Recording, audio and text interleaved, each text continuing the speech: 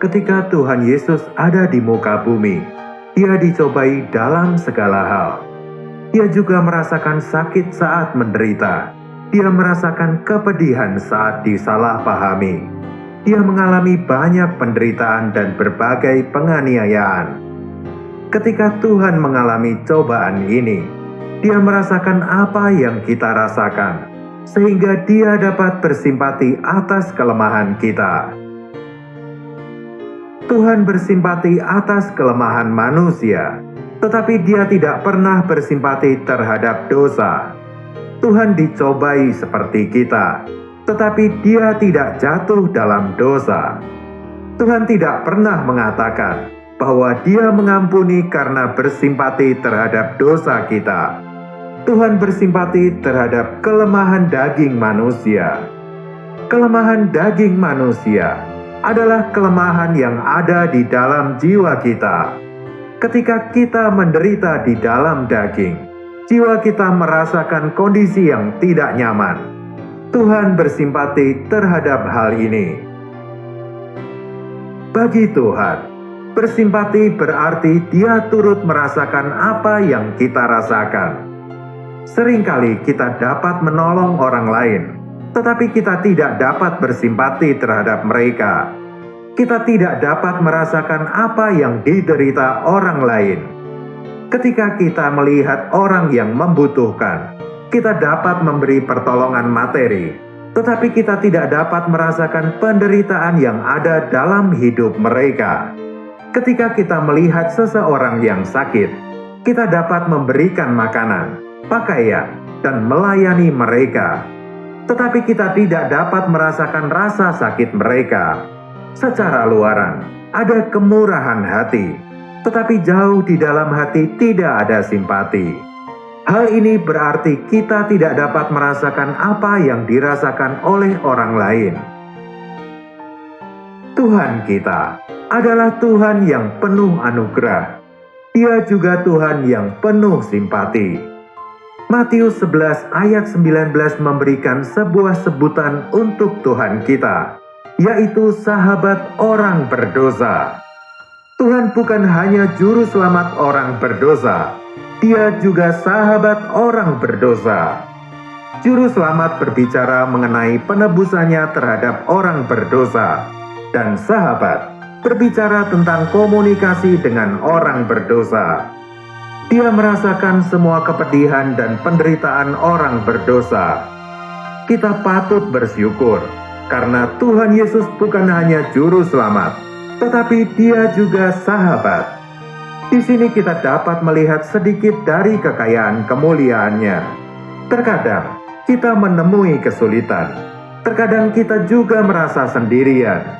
Banyak orang yang memandang buruk diri kita, dan banyak omongan orang yang dapat membuat kita menderita. Tetapi kita perlu tahu, ketika ombak besar bergelora atas kita, Tuhan bukan hanya penyelamat kita, Dialah sahabat kita. Dia merasakan penderitaan yang kita rasakan. Dia bersimpati terhadap kita, dan Dia berjalan bersama kita. Simpati adalah sebuah karakter Tuhan saat Dia ada di bumi. Alkitab mencatat banyak contoh mengenai simpati Tuhan terhadap manusia. Dia bersimpati terhadap yang sakit dan menyembuhkan mereka. Terhadap orang lapar, Dia juga bersimpati dengan memberi makan 5.000 dan 4.000 orang. Dia mendengarkan tangisan seorang perempuan, "Anak Daud, kasihanilah aku." Dan Dia mencelikkan orang yang buta. Bila hati kita terbuka, kita akan melihat simpati Tuhan yang dicurahkan bagi kita. Sebelum Dia menjadi juru selamat orang berdosa, Dia menjadi sahabat bagi orang berdosa. Kita tahu bahwa Tuhan datang ke bumi untuk mati. Bila hal itu terjadi pada kita, di mana kita tahu bahwa misi hidup kita adalah untuk mati, apa yang kita pedulikan hanyalah bagaimana agar dapat melalui kematian itu, dan kita tidak akan mempedulikan hal-hal yang lain. Tetapi Tuhan kita tidak seperti ini.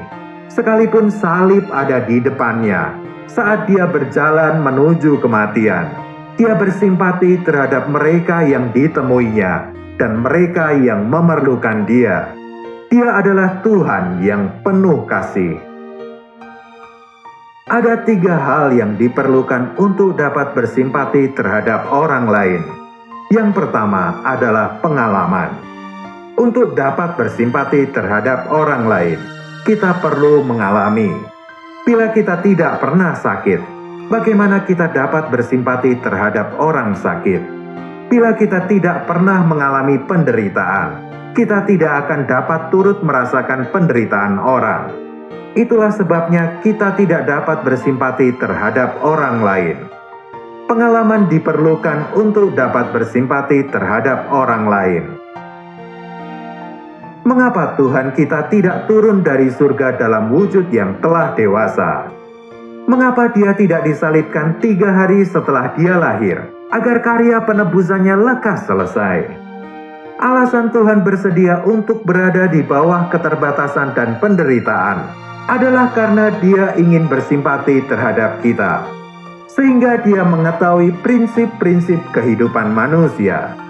Dia disalahpahami, dianiaya, ditinggalkan oleh manusia, dan akhirnya pun dia disalibkan. Dia menanggung semua penderitaan ini untuk mengalami pahitnya hidup manusia, agar dapat bersimpati terhadap kelemahan manusia. Di dalam sepanjang hidupnya di bumi, Tuhan bukan hanya menggenapkan misi dan pekerjaannya, tetapi dia juga bersimpati terhadap manusia. Bila hari ini ada hati yang patah dan terluka, hari ini juga Tuhan merasakan apa yang kita rasakan. Tuhan mengerti penderitaan kita. Tuhan bukan hanya memiliki anugerah bagi kita, tetapi dia juga memiliki hati yang bersimpati terhadap kita. Dia turut merasakan perasaan kita. Untuk dapat bersimpati terhadap orang lain, pengalaman saja tidaklah cukup. Hal kedua yang diperlukan adalah kasih. Beberapa orang menderita sakit bertahun-tahun. Mereka telah mengalami pahitnya penyakit mereka, tetapi tetap tidak dapat bersimpati terhadap orang lain yang sakit. Mereka hanya dapat bersimpati terhadap orang yang dikasihinya. Mereka punya pengalaman, tetapi kekurangan kasih, sehingga mereka tidak dapat bersimpati terhadap orang lain. Tuhan kita dapat bersimpati terhadap setiap orang, karena dia bukan hanya mengalami, tetapi dia juga memiliki kasih. Dalam Matius 8, diceritakan saat Tuhan turun dari bukit. Ada seorang yang sakit kusta sujud menyembah dia dan berkata, "Tuhan, jika Tuhan mau, Tuhan dapat mentahirkan aku." Lalu Yesus mengulurkan tangannya, menjamah orang itu dan berkata, "Aku mau, jadilah engkau tahir." Ada tempat di hati Tuhan bagi orang yang sakit kusta. Dia dapat merasakan penderitaan orang kusta itu, sehingga Tuhan mau menjamah orang itu. Tuhan tidak sekedar memiliki pengalaman, tetapi dia juga memiliki hati yang penuh kasih. Pengalaman dan kasih saja juga masih belum cukup. Hal ketiga yang diperlukan adalah tidak diduduki dengan urusan diri sendiri. Seringkali hati seseorang dipenuhi dengan urusan-urusannya sendiri. Hal itu menyebabkan hati yang tertutup. Kita sering mendengar orang berkata, "Aku bahkan tidak sanggup menanggung bebanku sendiri. Bagaimana aku dapat bersimpati terhadap orang lain?" Ketika Tuhan ada di bumi, Dia mengesampingkan urusannya sendiri. Apa yang tidak dilakukan Tuhan tidak kalah hebat dan berarti daripada apa yang dilakukannya. Ketika Dia lapar, Dia tidak mengubah batu menjadi roti. Ketika Dia ditangkap musuhnya, Dia tidak meminta Allah Bapa untuk mengirim pasukan malaikat dan melindunginya. Tuhan dapat bersimpati karena Dia tidak diduduki oleh urusannya sendiri. Seringkali saat kita memiliki beban dan penderitaan hidup, kita tidak memiliki hati terhadap penderitaan orang lain. Tetapi hal ini bukanlah cara Tuhan. Bila Tuhan hanya memikirkan penderitaan yang akan dialami, hatinya akan diduduki dengan penderitaannya sendiri. Tetapi Tuhan kita hidup seolah-olah seperti tidak ada apapun yang akan terjadi. Ketika Dia bertemu orang sakit, Dia menolong orang itu. Ketika Tuhan berjumpa dengan orang miskin, Dia mengajarkan Injil kepada mereka. Dia tidak diduduki oleh penderitaan yang segera akan datang. Tuhan penuh simpati terhadap orang lain. Setiap kali Tuhan bersimpati terhadap orang, hatinya seperti selembar kertas polos yang siap ditulisi. Hatinya yang polos sepenuhnya diperuntukkan bagi orang lain. Seperti Tuhan bersimpati terhadap orang-orang pada waktu itu, hari ini Dia juga bersimpati terhadap kita. Dialah Sang Imam besar kita yang penuh kasih. Kita dapat percaya kepadanya dan berdoa kepadanya. Apapun kesulitan yang kita hadapi, Tuhan dapat turut merasakan perasaan kita. Dia penuh kasih karunia terhadap kita, dan Dia menolong kita. Dia membawa damai sejahtera bagi kita. Ibrani 4 ayat 16 menuliskan, "Sebab itu marilah kita dengan penuh keberanian menghampiri tahta kasih karunia, supaya kita menerima rahmat dan menemukan kasih karunia, untuk mendapatkan pertolongan kita pada waktunya." Seringkali kita merasakan bahwa orang lain tidak menganggap penting masalah kita. Tidak ada yang bersimpati terhadap kita, menghibur kita, dan membantu kita.